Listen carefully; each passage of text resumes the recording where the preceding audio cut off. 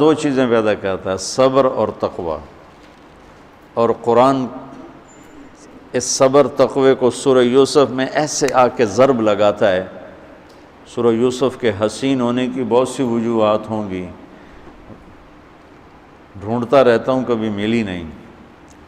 کسی مفسر نے خاص طور پہ اس کو اجاگر بھی نہیں کیا، تو مجھے اس میں یہ ایک بات نظر آتی ہے کہ سارے قرآن کو دو لفظوں میں بیان کر کے اس کا نتیجہ بیان کر دیا، اور پیچھے پوری کہانی لائے، اور اس کہانی کے ساتھ پھر ان دو لفظوں کو جوڑ کے ایسے ٹھا کر کے اعلان کیا کہ جب یوسف علیہ السلام کے بھائیوں نے غلہ مانگا تو انہوں نے ایسے نقاب کشائی کی، نقاب رکھتے تھے یوسف علیہ السلام اس طرح کہ ان کے حسن سے کوئی فتنے میں نہ پڑ جائے، اس لیے نقاب رکھتے تھے۔ تو جب وہ بھائی آئے اور اللہ کی طرف سے اجازت ہو گئی تو انہوں نے یوں کیا، هل علمتم ما فعلتم بیوسف وأخیہ اذ انتم جاہلون۔ آپ کو تو یاد نہیں ہوگا چونکہ آپ نے جان بوجھ کے تو کیا نہیں تھا۔ سبحان اللہ، کیا کمال اخلاق ہیں۔ آپ سب سورہ یوسف پڑھتے ہو تو ماشاءاللہ تم ویسے بھی تلاوت کرو تمہیں سمجھ میں آتی ہے کہ عربی تمہاری بہت اعلیٰ ہے۔ کس طرح نکالا اور کس دھوکے اور فریب کے ساتھ، پھر مارتے پیٹتے کنویں میں پھینکا، پھر قافلے کو بیچا، اور جب یوسف علیہ السلام کے اقتدار آیا ہے اور بدلہ لینے کا وقت ہے تو کہہ رہے ہیں هل علمتم۔ هل وہاں بولا جاتا ہے جہاں مجھے یہ پتا ہو کہ آپ جانتے نہیں میں کیا کہنے والا ہوں، تو میں کہتا ہوں آپ کو پتہ چلا، یہ ہے حل، آپ کو معلوم ہوا، اس کو حل کہتے ہیں۔ حل علمتم، آپ کو پتہ نہیں چلا، آپ کو پتہ نہیں تھا، کچھ چھوٹی موٹی بھول ہو گئی آپ کی یوسف۔ فعلا عربی کی تعبیر کا سب سے کمزور لفظ ہے، فعلا سب سے کمزور لفظ، تو فعلتم، تعدیتم، ظلمتم، کتنا کچھ آ سکتا تھا، جہلتم،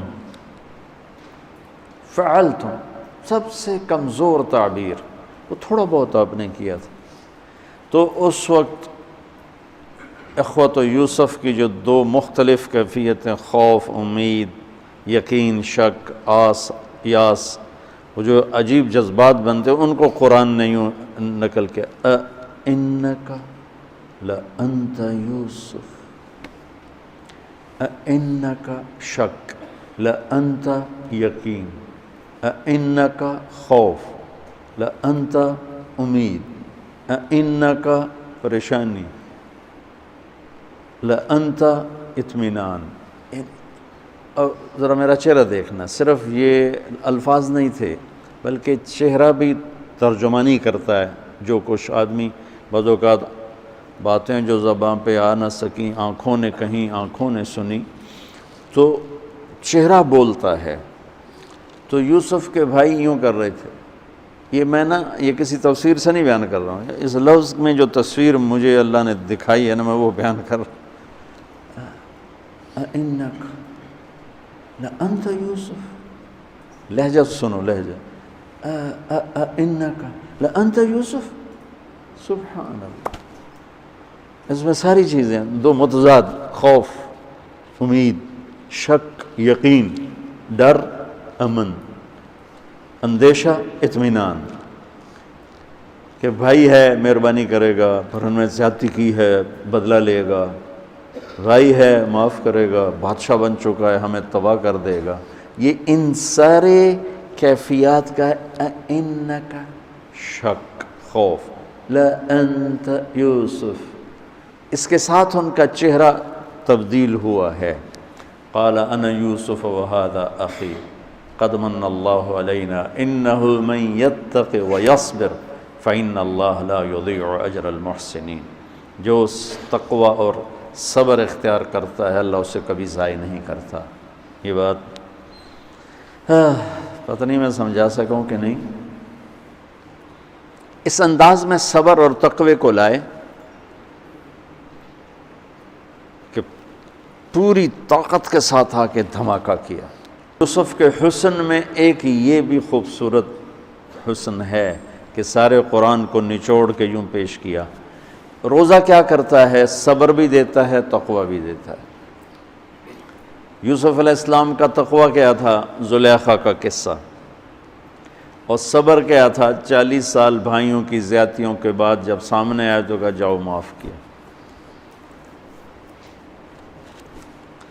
اور جب والدین آئے اور سارے بھائی ملے تو کیا کہا؟ لقد احسن بی اذ اخرجنی من السجن۔